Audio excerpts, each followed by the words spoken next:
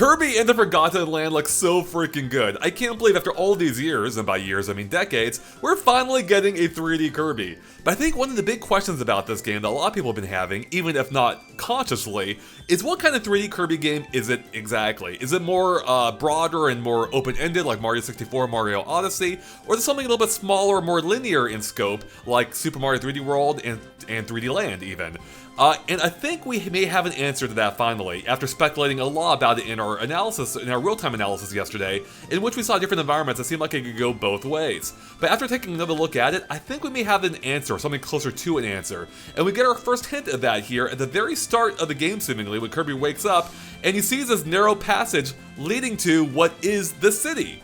And now when we got to the city, initially I thought it's a big open area because we can see even like a gap here on the left that it seems like Kirby could possibly go explore. But I'm thinking more now that is not so the case, or not quite the case. Because if we keep going, we can actually see a sign pop up, fade in even, at the very end here, that points to the right. Let me go ahead and zoom in on that. There we go, a little sign pointing to the right, showing that Kirby is essentially being funneled down this almost passageway between the fence on the right and the barricade or guardrails on the left, and down toward the building and then around the corner. And this is the kind of level structure that we see all throughout the trailer, where we can see Kirby running down a hallway here in the mall as he enters, like, you know, a slightly more open foyer type area as he reaches the escalator that funnels him upstairs. And of course, we can see barricades on the sides of it that seemingly block off access to, you know, behind the escalator. So I'm assuming that that's there for a reason. You can't get over it, even though Kirby can presumably just jump or fly over it. But I'm thinking that there's probably invisible walls there that prevent it, and I'm guessing that that's the case for the escalator too. You probably can't fall off the sides, which might be why Kirby is running up the middle and not along the edges there.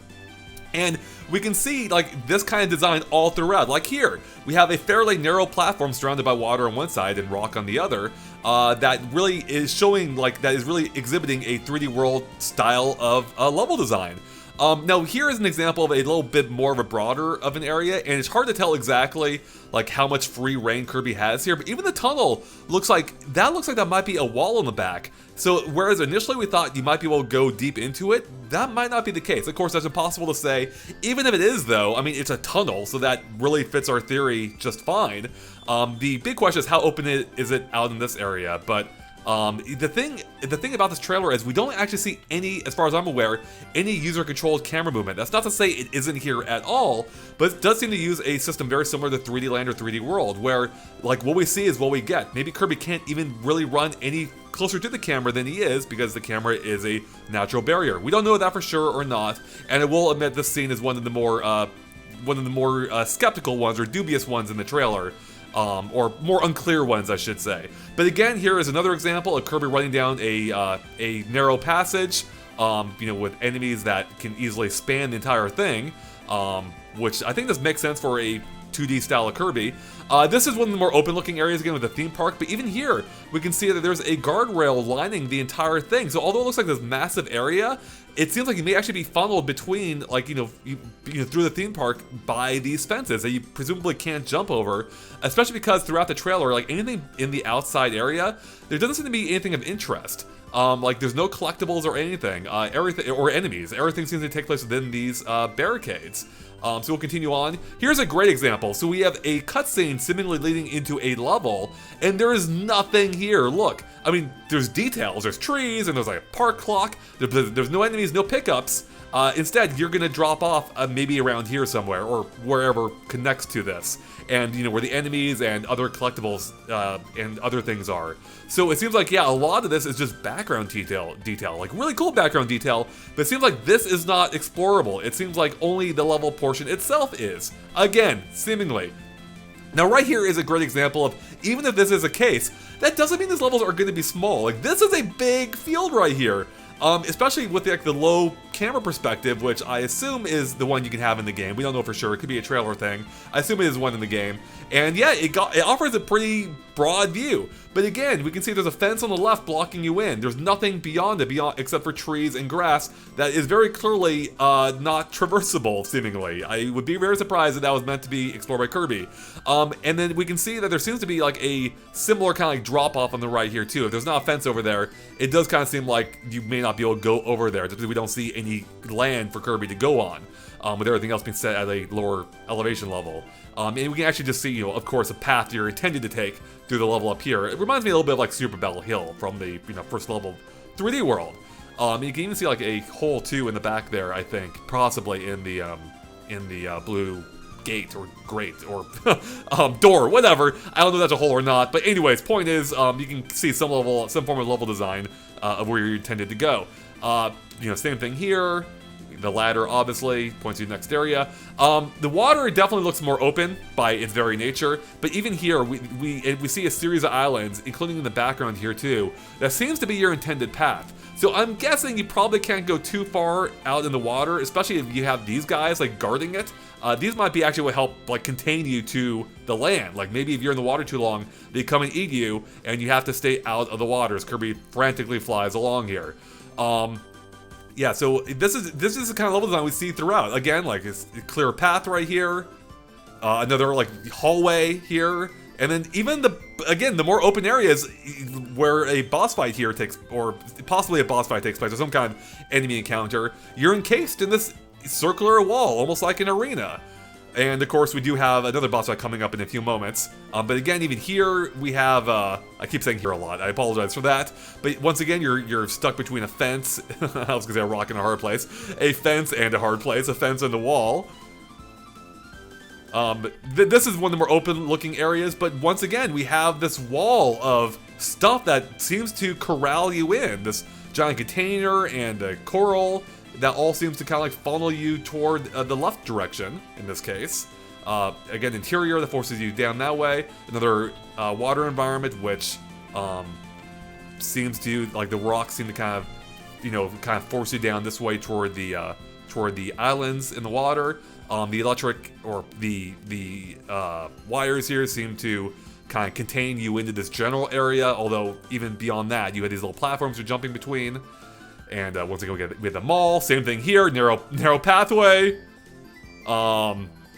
In some cases, it's hard to see the full scope, but again, even here, we can kind of see like the kind of like limits of the platforming area. Once again, we have, you know, we're constrained within the walls. You have this narrow pathway going up the staircase, and then even here, another you know, arena type thing. Once again, surrounded by walls, and I'm guessing you can't escape this, as you know, you need to take on the boss. Finally, we end with a look of the beautiful city. I love this, but even here, like the bridge itself is like, you know, a narrow pathway leading into the city, and we don't even know, you know, how traversable or not that is. There, of course, is a scene, let's see, early into the trailer, where we can see the other side of that bridge. And again, it seems like if this is explorable, like it's narrow. Everything's kind of like blocked off. There's like either trees in the way, or, you know, kind of platforms, or, you know, structures. So yeah, it seems like these levels are really built with almost a 2D mentality. I mean that in the sense that, like how 3D Land and 3D World really like lifted a lot of 2D mechanics and kind of like level design into a 3D world, into a 3D environment, and 3D World would work too. That's kind of like what they're doing here with Kirby, where even though it does seem like it could be open, and there could still be elements of that, I think by and large we are looking at a more linear type of experience here.